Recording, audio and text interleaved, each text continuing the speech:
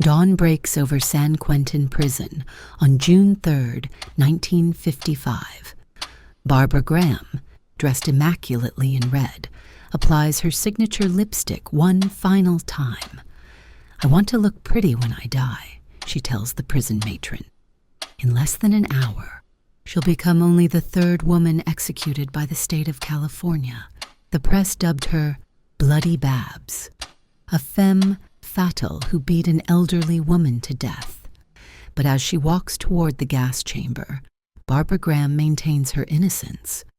What the jury never knew, and what would remain buried for 7 decades, was just how far the prosecution went to ensure her death. Burbank, California.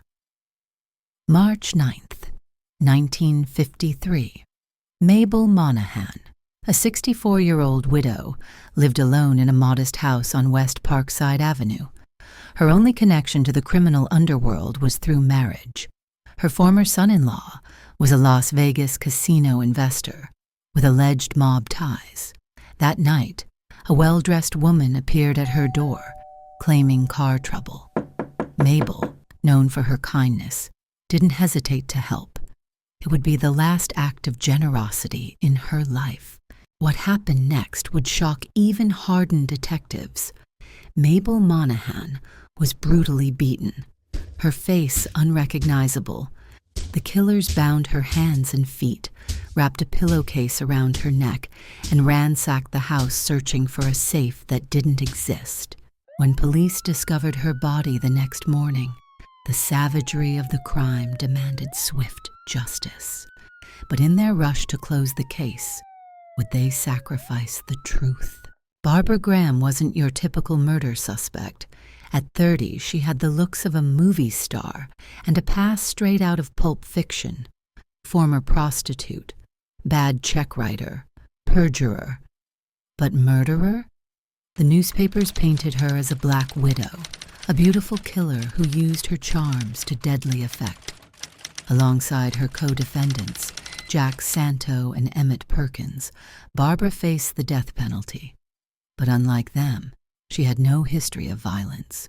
Enter John True, the accomplice who would save himself by turning state's evidence. His testimony was devastating. Barbara had entered first, sweet-talking her way inside. Then, according to True, she transformed into a savage, beating Mabel Monahan with a pistol before the others even entered.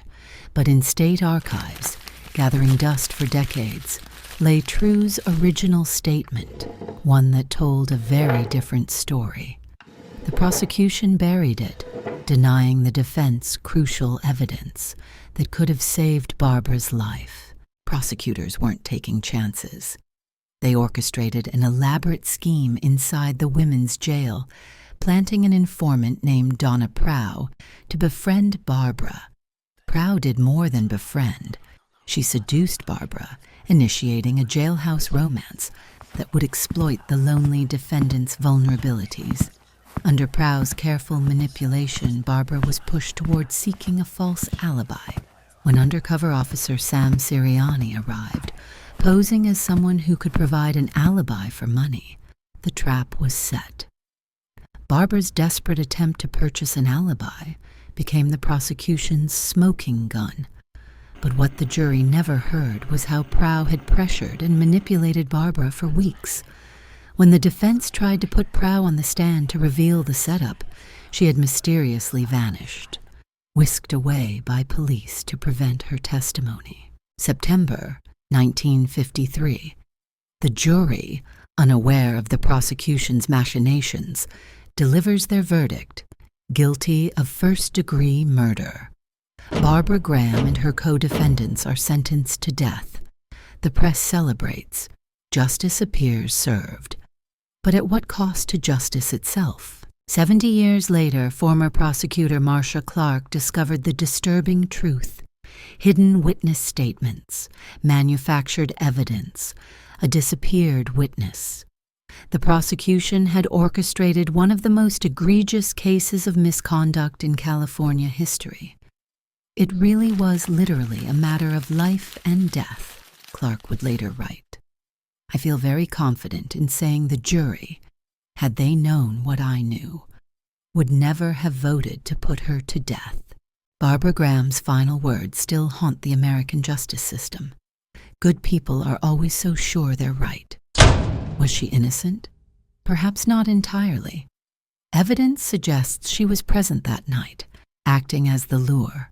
But did she deserve to die? The prosecution's extraordinary efforts to hide evidence suggests they themselves weren't certain. Barbara Graham became a symbol of both the failures and excesses of American justice. Her story inspired the Oscar-winning film I Want to Live. But more importantly, it raises a question that resonates today. How many other condemned prisoners have had evidence of their innocence, or at least doubt of their guilt, buried by overzealous prosecutors?